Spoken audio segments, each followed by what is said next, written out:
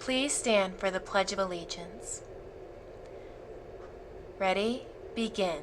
I pledge allegiance to the flag of the United States of America and to the republic for which it stands, one nation, under God, indivisible, with liberty and justice for all.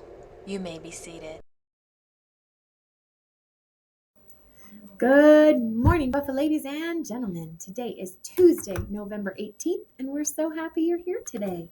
For lunch today, you can choose between a beef and bean empanada or a toasted cheese sandwich.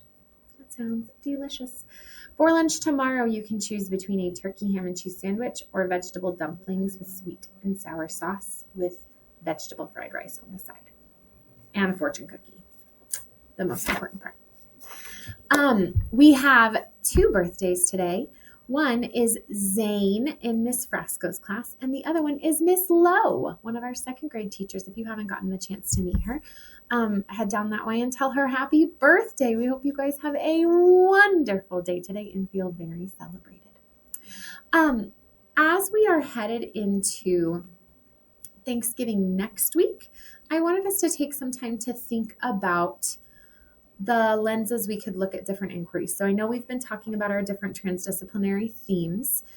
And I was thinking that if I wanted to do an inquiry into Thanksgiving through the lens of where we are in place and time, that would be an inquiry into like the period and the events. So the time period, when did that happen? What was life like during that time? What was the culture of the people that were coming to America and celebrating the first Thanksgiving? What was the culture and the traditions of the Native Americans who helped them to learn how to plant food in this new land? What were some of the traditions that they had? And that could be one lens, or even what were the reasons that brought the colonists from England to America? What were the reasons that some of the Native Americans decided to help them settle as opposed to fighting them off of their land, which was something that happened more often than not. So that could be something that I could look into in where we are in place and time. If I was trying to think about Thanksgiving and Thanksgiving inquiry through the lens of how we express ourselves, I would be thinking about my own traditions, the traditions of my family, or how we communicate with each other, how we spend time with each other on the day of Thanksgiving versus how other people might do things. There are plenty of people who do not celebrate Thanksgiving. So I could think about how they express gratitude maybe on a different day of the year. Or are there different holidays that are focused on gratitude or on spending time with family? And then the last lens that I thought I could do an inquiry through would be who we are. So what are the relationships that I celebrate on that day? What am I thankful for? What does belonging look like within my own family during Thanksgiving time or during that week? So if you're interested in doing a little bit of an inquiry into Thanksgiving, those could be some of the questions that you could ask yourself through one of these different lenses. So I just wanted to take some time to think about that with you guys. Let me know if you start doing an inquiry into Thanksgiving or into holidays of any kind. I would love to hear what you're learning about. Now, let's think about our fact tactics, fact of the week.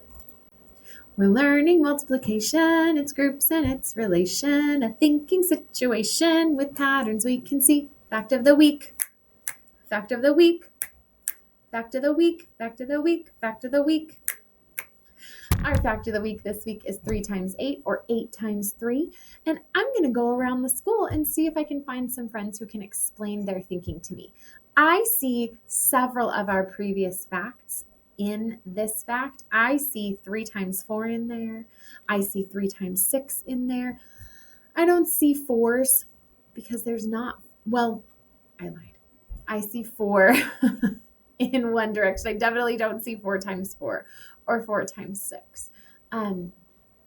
but I do see 3 times 7 in there, and I see 2s. So I'm curious to see which strategies you guys latched onto. So I'm going to go find some friends who can explain their thinking to me.